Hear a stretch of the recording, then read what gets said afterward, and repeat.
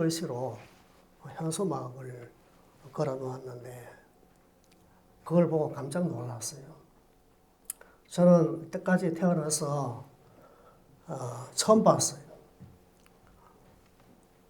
무슨 말인고 하면 노령견 사회복지사 협회.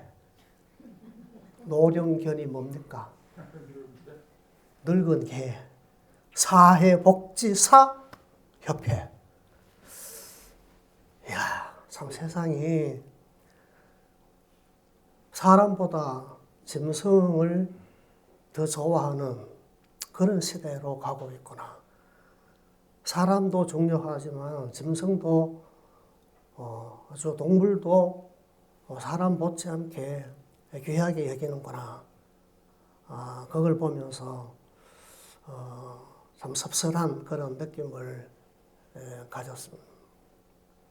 예전에 어른들이 이런 말을 하는 것을 많이 들어봤습니다. 손주나 또 어린 아들에게 아이고 우리 강생이보다 낫네. 강아지보다 낫네. 그러니까 손주나 아들이 또 딸이 말을 잘 듣거나 생각지도 못한 그런 어떤 일을 해냈을 때 강아지보다 낫다. 여러분 그런 말 들어봤습니까? 여러분들은 정말 강아지보다 낫다고 생각합니까? 여러분 자신이. 우리 한번 곰곰이 한번 생각해 볼 문제가 아닐까 생각합니다. 이런 말이 있습니다. 사람이 태어날 때는 혼자서 응아하고 우는데 모든 사람들은 박수 치면서 막 좋아하세요. 태어나는 사람은 응아하고 울면서 태어나지만 주변의 다른 사람들은 막 좋아서 기뻐서 축하한다 하고 누구나 그렇게 태어납니다. 그런데 죽을 때는 어떻습니까? 죽을 때는 반대예요. 죽을 때는 혼자 웃습니다. 그리고 모든 사람들은 나의 죽음을 슬퍼하고 웁니다. 이게 태어날 때와 죽을 때와 다른 거예요. 그럼 모든 사람이 다 그런 거 아니에요. 모든 사람이 다 태어날 때 다른 사람들이 기뻐하고 축하하고 박수치고 좋아하진 않아요. 예를 들어서 딸이 많은데 아들 낳기 위해서 또 힘써서 애써서 노력해서 낳았는데 또 고추가 아니고 또 딸이라. 실제로 제가 어릴 때 우리 고향에 그런 집이 있었어요. 그때만 해도 수십 년 전이니까 시골 산골 마을에는 아무도 모릅니다. 그래서 그냥 그 자리에서 옛날에는 병원에 안 가고 집에서 다 태어났어요. 여러분도 집에서 태어난 사람 많을 겁니다. 저도 집에서 태어났어요. 그냥 산에 갖다 묻어버려요. 아들이 태어났으면 막 잔치하고 난리 날 텐데 딸이 쭉 있는데 또 딸이 태어나니까 아무도 좋아하지 않아. 아무도 기뻐하지 않아. 우리나라에 100년 만에 한번 나올까 말까 한 영웅이라고 많은 사람들이 생각하는 박정희 대통령도 그 어머니가 60살이죠. 상모동. 지금은 도시지만 그때만 해도 첩첩산중이잖아요. 60살에 임신을 해서 어머니가 그러니까 이 아이를 없애려고 산에 올라가서 잔디밭에 막 굴렀대요.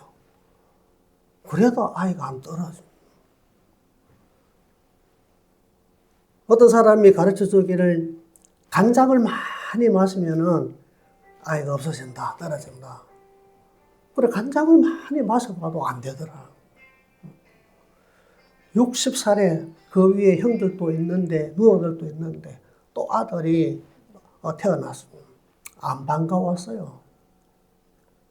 왜냐하면 그 시골 산골 가난한 집에서 옛날에는 아이 하나 태어나면은 그 먹는 것, 입히는 것, 공부시키는 것 그게 힘들잖아요. 지금도 마찬가지예요. 그렇게 환정받지 못하면서 태어난 사람도 있어요. 죽을 때도 마찬가지입니다. 모든 사람들이 죽었을 때 애석하게 생각하고 슬퍼하고 울어주는 건 아니에요. 잘 죽었어. 아, 귀신은 뭐하고 저승사자는 뭐하고 저런 놈 안 잡아가나. 그런 말을 듣는 사람도 많다. 그런 말이에요. 그런데 여러분들은요. 태어났을 때는 어떤 환경에서 태어났는지 모르겠지만은 여러분들이 이제 오늘 말씀대로 동서남북에서 내 백성을 불러 모으겠다 하신 말씀대로 이 세상의 많은 사람들 가운데서 동서남북에서 성령의 부름을 받아 하나님의 자녀가 된 여러분들은 한평생 하나님 은혜 가운데 살다가 믿음으로 살다가 이 세상을 떠날 때는 모든 사람들이 애석해하고 슬퍼하고 울어줄 수 있는 그런 사람이 된 것을 감사하시기를 바랍니다. 여러분 가슴에 손을 얹고 내 자신을 한번 돌아보세요. 과연 내가 하나님 앞에 가는 그날, 이 세상을 떠나는 그날, 하늘 가는 밝은 길이 내 앞에 있으니 하고 찬송 부르며 천사가 와서 나를 데려가는 그 순간 하늘 문이 열리며 그 하나님의 보좌가 펼쳐지며 영생 복락의 세계로 들어가는 그 순간 웃으면서 찬송하면서 기쁨으로 그 순간을 맞이할 수 있는 여러분 자신이 되어 있는지 한번 돌아봐야 돼요. 분명히 여러분도 다 그런 사람이 되어 있습니다. 그런데 그걸 못 느낄 뿐이에요. 그걸 깨닫지 못할 뿐이에요. 여러분 지난 설날에 신의 악단이라는 영화를 보셨죠? 이 신의 악단은 북한에서 실제로 있었던 실화를 중심으로 만든 영화라고 합니다. 근데 그 영화는 북한의 기독교인들이 얼마나 많은 박해와 고난을 받는지, 그리고 그 가운데서도 하나님의 은혜는 어떻게 역사하는지를 보여주는 그런 영화라고 합니다. 여러분들이 그 영화를 못 보신 분도 있을 줄 압니다. 제가 그 영화를 먼저 보고 난 다음에 이 설날 또 수요일 날은 예배도 없고 하니까 여러분들이 한번 보여주고 싶어서 목사님에게 말씀을 드렸는데 생각보다 많은 사람들이 못 갔어요. 다 바빴겠죠. 이제 극장에서 그 영화를 내렸습니다. 볼 수 없어요. 지난 목요일까지 했는데 단판을 내렸어요. 이제 보려면은 인터넷으로 볼 수 있을런가 그거는 모르겠어요.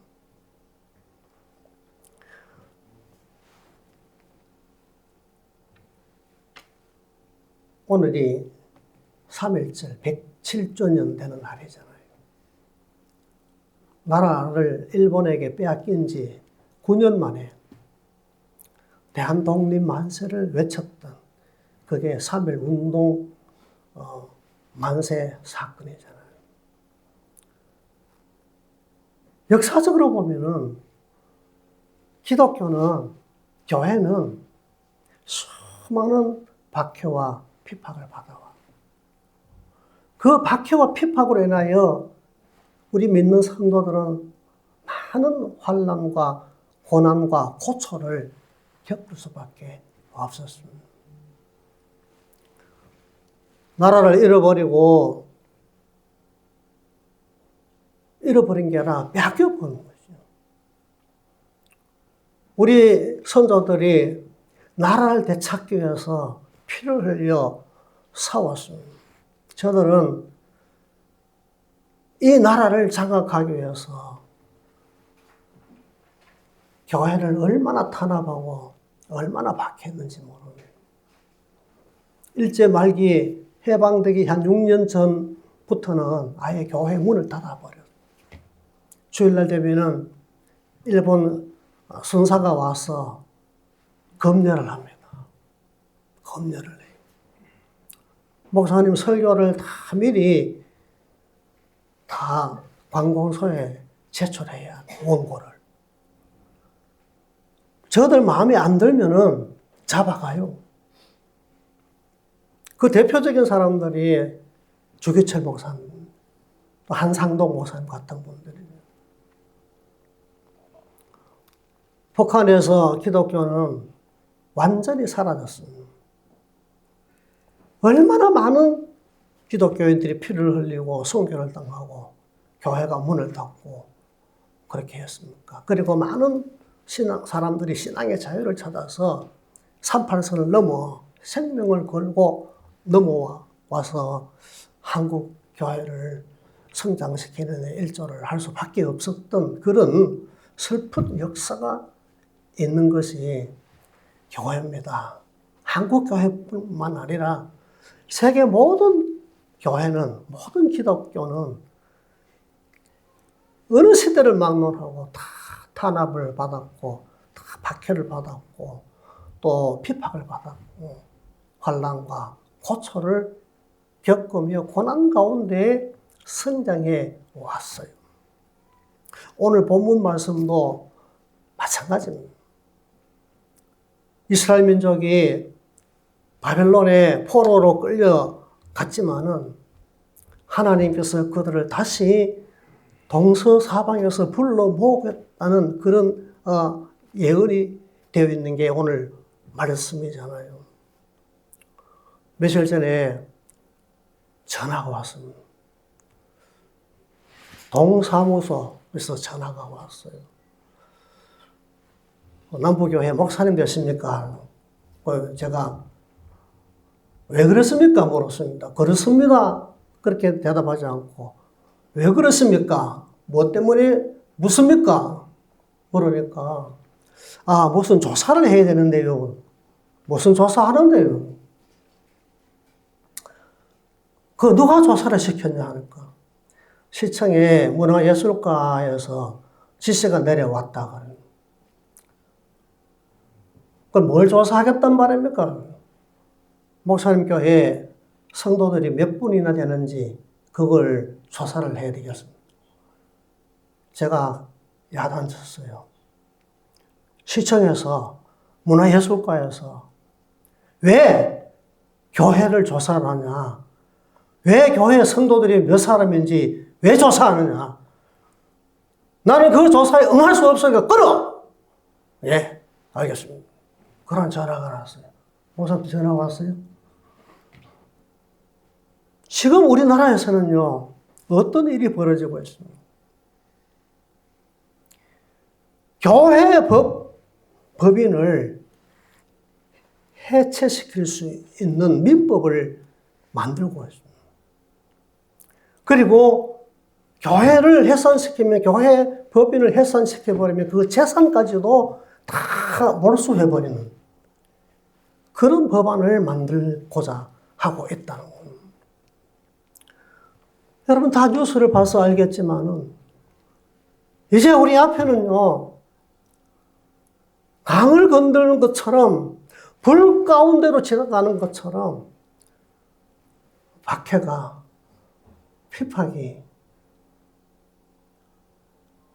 지금은 자유롭게 예배를 드리고 신앙생활을 할 수 있지만은 언제 그런 날이 올는지 서서히 우리 곁으로 다가오고 있다는 사실을 우리는 알아야 합니다. 오늘 아침에 일어나니까 뉴스에 이란의 최고 지도자 헤메네이가 이스라엘과 미국의 공습으로 인하여 사망했다고, 죽었다고. 최고 지도자, 이슬람의 최고 지도자가 대통령 위에 있는 지도자,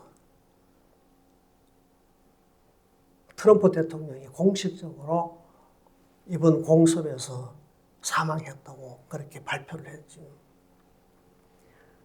그런 세력들이, 이슬람 세력들이 얼마나 테러를 자행하고 또 기독교에 적대시를 합니까? 이런 물결들이 우리나라에도 서서히 스며들어오고 있다는 거예요.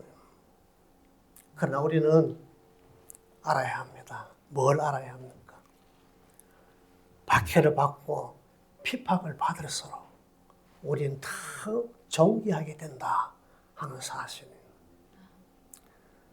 극심한 그런 고난을 당해야 되고 고초를 겪을 수밖에 없지만은 그럴수록 교회는 없어지는 게 아니에요. 그럴수록 우리의 믿음이 없어지는 게 아니에요. 정말 하나님께 은혜 받아 하나님의 자녀와 백성이 되어 거듭난 사람은요, 그럴수록 더 보배롭고 더 존귀한 존재가 된다는 사실을 오늘 말씀이 우리에게 가르쳐 주고 있습니다. 3.1절 100주 7주년을 맞이해서 이 말씀을 여러분에게 전해야 되겠다 하고 준비해 왔는데, 여러분 앞으로 우리에게 강을 건넜듯이 불 가운데로 지나가듯이 그런 박해와 그런 핍박이 찾아온다 하더라도 성경에 뭐라고 하고 있습니까? 두려워하지 말라. 두려워하지 말라. 내가 너를 보배롭고 존귀하게 여긴다. 오늘 4절에 그렇게 말씀하지 않고 있습니까? 자, 보세요. 누가 우리를 보배롭고 존귀하게 여긴다고 했습니까? 하나님. 하나님께서 우리를 보배롭고 존귀하게 여긴다. 여러분들을 하나님께서 이 세상의 어떤 것보다, 어떤 사람보다 가장 보배롭게 여기고 가장 존귀하게 여긴다는 사실을 믿으시기를 주님의 이름으로 축원합니다. 박해를 당해도, 핍박을 당해도 그렇습니다. 자, 보세요. 예수님께서 십자가에 못 박혀 죽으실 때 로마 사람들이 면류관을 만들어서 예수님의 머리에 씌웠습니다. 그 가시는요, 아카시아 가시보다 더 큰 가시예요. 여러분 옛날에 그 시골에 가면은 그 울타리에 보면은 탱자나무 아시죠? 과수원 울타리도 다 탱자나무로 씌웠어요. 우리나라에서 아마 제일 큰 가시나무는 탱자 가시나무예요.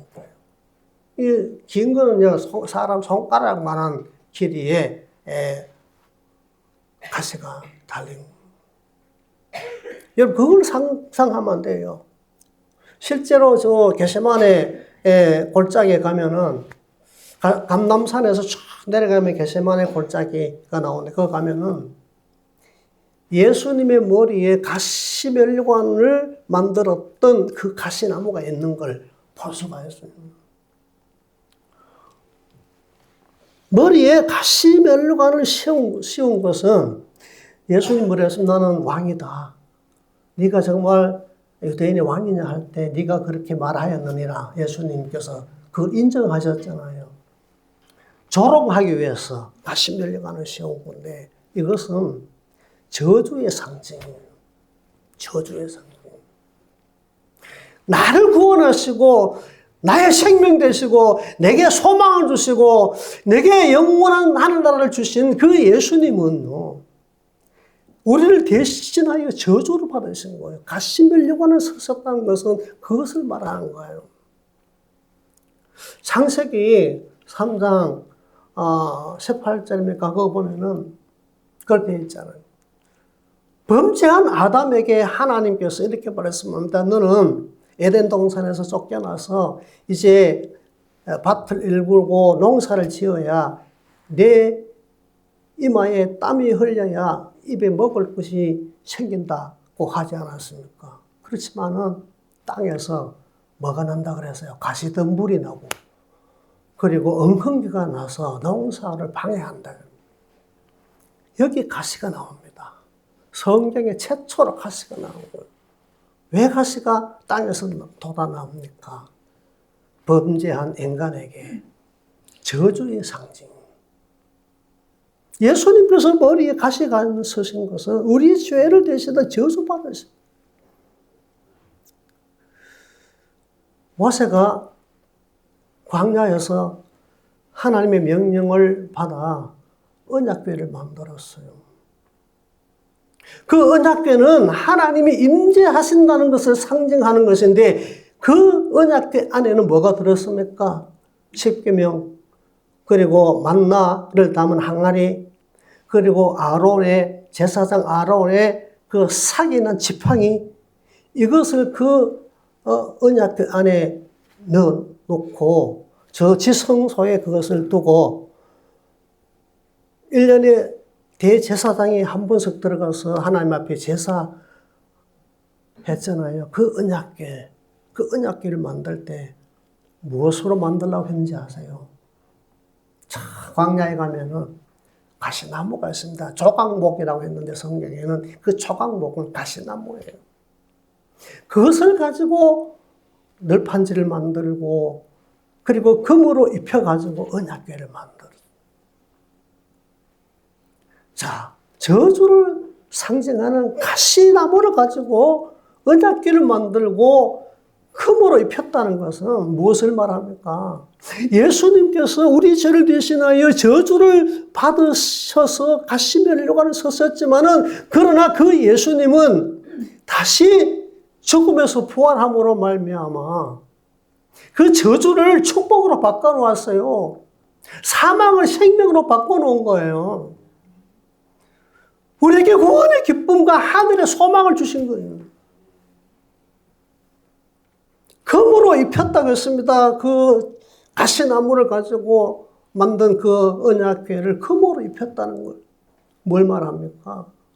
이제 우리는 예수 그리스도 안에서 아무리 박해와 아무리 핍박과 아무리 환난을 당하고 고난을 당해도 예수 그리스도 안에 있는 사람은 금으로 입히듯이 존귀하고 보배로운 자가 됐다는 것을 말해주는 거예요. 왜 하나님께서 우리를 보고 여러분을 보고 보배롭고 존귀하다고 말씀하십니까? 그 이유가 뭡니까? 그 이유는 단 한 가지밖에 없어.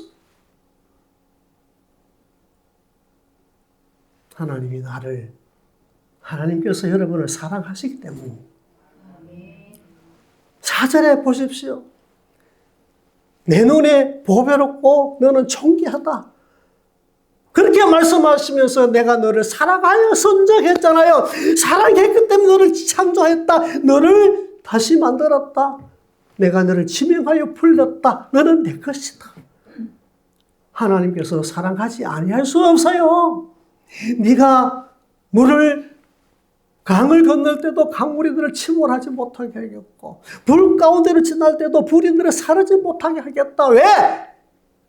내가 너를 창조했고 내가 너를 만들었고 내가 너를 구속하여 지명하여 불렀고 너는 내 것이니 내가 너를 사랑하지 않을 수가 없다. 여러분 우리는요 어떤 존재입니까? 성경에 보면 우리는 풀과 같은 존재예요. 그렇지요? 풀과 같은 존재예요. 풀은요 보잘것없는 그런 식물이 아닙니까? 그런데 그 풀이요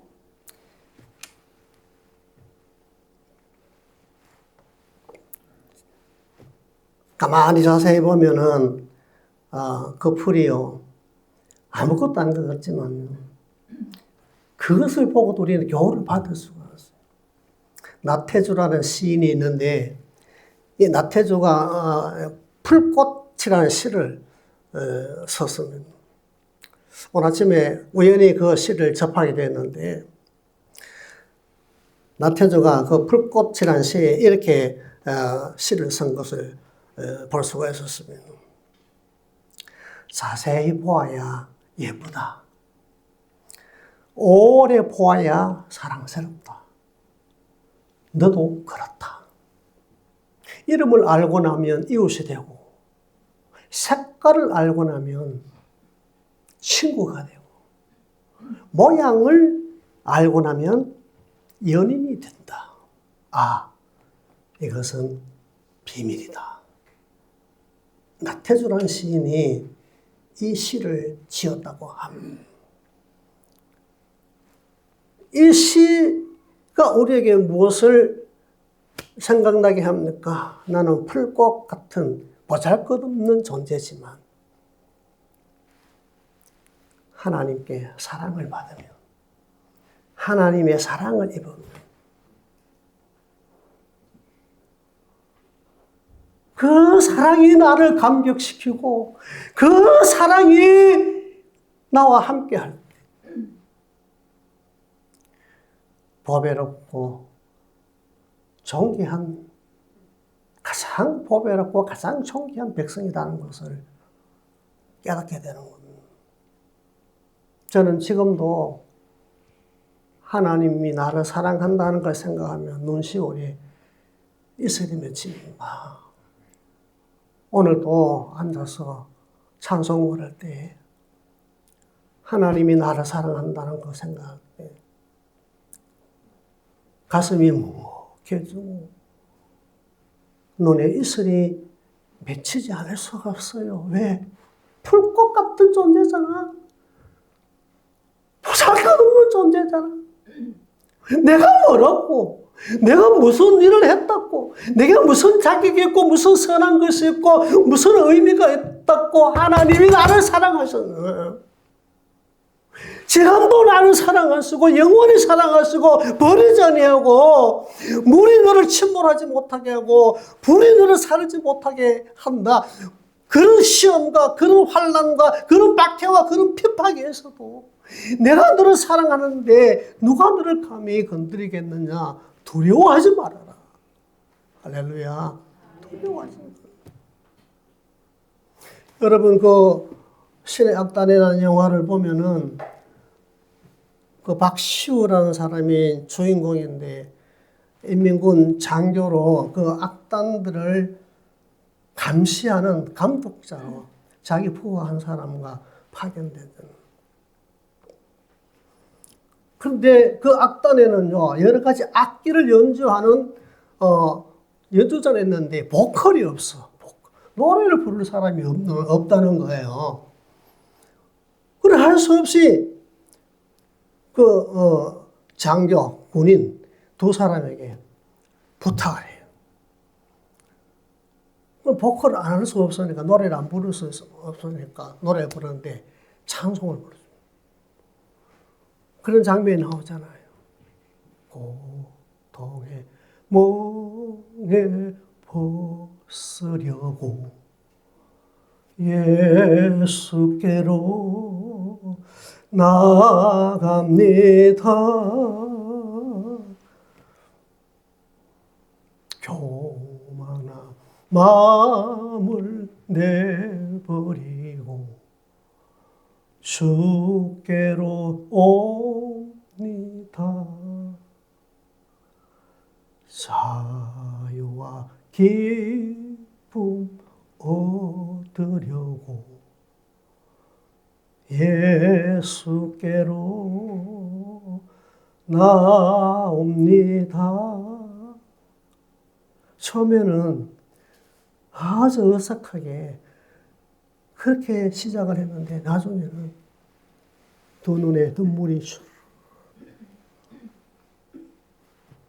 어릴 때 할머니와 함께 교회 다녔던 그 시절이 생각이 나요. 그때 그 불렀던 그 찬송이 생각이 나요. 여러분, 하나님의 사랑은요, 공산주의자에게도 그 마음을 변화시킵니다. 나중에 그 악단들이 의무가 끝나면 다 처단당해야 돼요. 근데 이 장교가 남한으로, 우리나라로 탈북을 시켜요. 그리고 자기는 논밭에서 죽임을 당한. 맨 나중에 장면이 어떤 장면이 나옵니까? 그 두 장교와 그리고 그 악단들이 죽어서 다 천국 갑니다. 천국에서 흰옷 입고 화려하게 그 천국에서 위로받는 그런 장면이 마지막에 나오잖아요. 기억나시죠? 이게 하나님의 은혜요. 이게 하나님의 사랑이에요. 하나님의 사랑은요, 나를 그렇게 변화시킨다는, 새롭게 만든다는.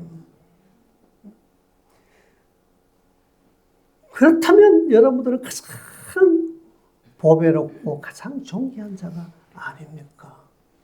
어떤 사상이, 어떤 학문이, 어떤 지식이, 어떤 문학이 사람을 그렇게 바꿔놓을 수가 있겠습니까?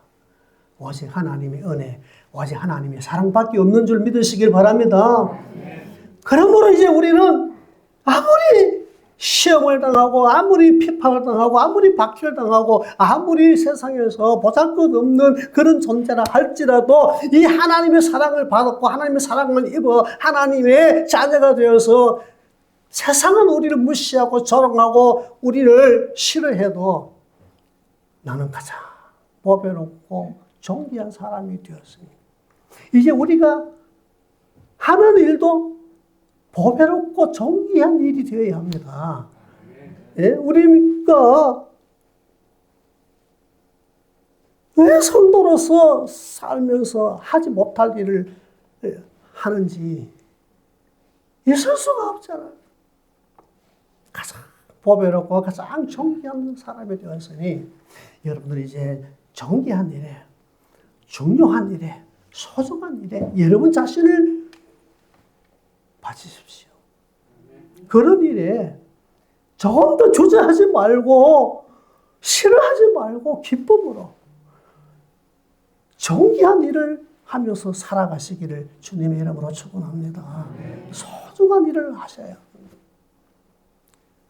또 한 가지 우리가 명심해야 될 것은 뭔가 하면은 내게 일어나는 어떤 일도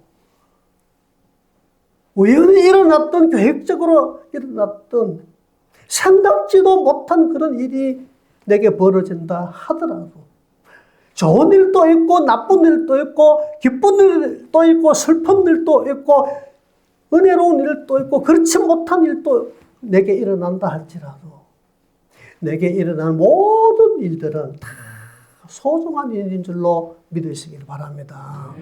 감사로 받아요. 그래서 성경에 뭐라고 했어요? 하나님이 지으신 모든 것이 다 선한 것이기 때문에 감사하며 받으며 버릴 것이 없느니라 했습니다. 여러분 지금 힘듭니까? 지금 어려운 일 만났습니까? 지금 고통스러운 일을 만났습니까? 염려하지 마십시오. 그래도 하나님은 사랑하십니다. 가난해도 사랑하고 병들어도 사랑하고 늙어도 사랑하고. 제가 2월 첫째 주일날 인동 은혜로운 교회에 가서 설교를 해달라 했는데 거기 보니까 나이 많은 분들이 많이 다 70 훨씬 넘고 80 그런 분들한테 제가 이야기했어요. 하나님께서 우리 할머니도 보배롭게 여깁니다. 존귀하게 여깁니다.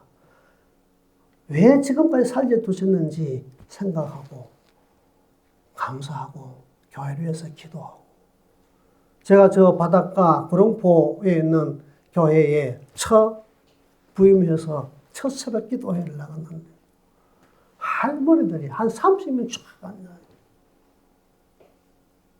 그분들이 새벽마다 나와서 기도해요. 신방 가서 물어봐서 할아버지 다 어디 갔습니까? 바다에 고기 잡으러 갔다가 안 돌아왔어요. 그런 할머니는. 그런 할머니는 한 30명 앉아서 새벽마다 기도하니까 그 교회가 시골 교회지만은 100명이 넘게 모이는 그런 교회로. 은혜로운 그런 교회를 때. 쓸모없는 일은 없습니다. 내게 일어난 일 중에 쓸모없는 일은 없습니다. 쓸데없는 일이 없습니다. 왜? 우리는 가장 보배롭고 존귀한 사람이기 때문에 여러분에게 일어나는 모든 일들은 다 소중한 일, 중요한 일, 귀한 일인 줄 알고 감사하며 받아들이면은 그것이 눈물이 변하여 웃음이 되고 슬픔이 변하여 기쁨이 될 줄로 믿으시기를 주님의 이름으로 축원합니다. 그래서 지금부터 가장 나는 보배롭고 존귀한 사람이다. 가슴에 새기고 잊지 말고 어떤 환난, 어떤 고난, 어떤 역경, 어떤 어려움이 찾아와도 견뎌내고 이겨낼 수 있게 되기를 주님의 이름으로 축원합니다. 고마우신 하나님 아버지 은혜를 감사합니다. 오늘도 우리